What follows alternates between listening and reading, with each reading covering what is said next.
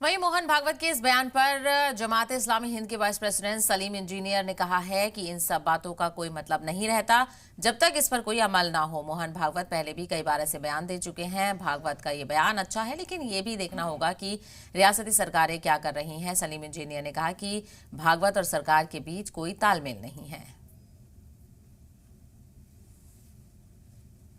बरेली में जिस तरीके से शासन प्रशासन की कार्रवाई हो उस पर भी सवाल खड़े हुए हैं, चाहे महाराष्ट्र हो, चाहे यूपी हो, चाहे मुंबई दूसरी जगह पे हो, उन सभी चीज़ों में। लेकिन इन्हीं सब चीज़ों पर आरएसएस प्रमुख मोहन भागवत ने ये कहा कि शासन प्रशासन को पक्षपात नहीं करना चाहिए।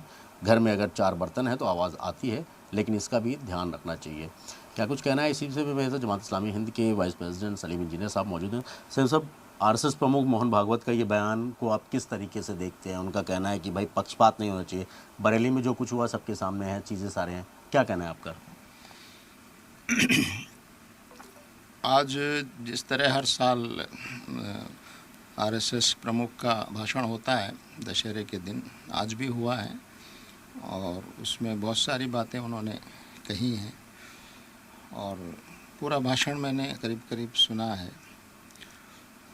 तो एक तो ये कि ये संगठन है एक, और भारत देश बहुत बड़ा देश है और भारत में हिंदू धर्म के मानने वाले बहुत बड़ी संख्या में रहते हैं और इस तरह के बहुत सारे दूसरे संगठन हैं। कोई एक संगठन पूरे भारतीय समाज का प्रतिनिधित्व नहीं करता, एक तो ये बात है। तो इनकी जो विचारधारा है, भारत की जो परिभाषा है और हिंदू की जो परिभाषा है और हिंदू राष्ट्र का जो इनका नक्शा है, उसको तो भारत देश की बड़ी आबादी भी उसको जो है स्वीकार नहीं करती है।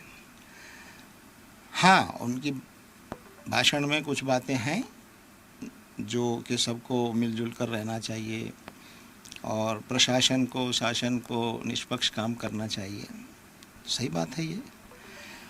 लेकिन देखना ये है कि जो संगठन ये समझा जाता है कि मौजूदा जो पार्टी है सरकार में, केंद्र में और कई राज्यों में, इसके बावजूद इसका उल्टा हो रहा है, पक्षपात हो रहा है, मुस्लिम समुदाय के साथ सेलेक्टिव जानबूझकर ज़्यादतियाँ हो रही हैं।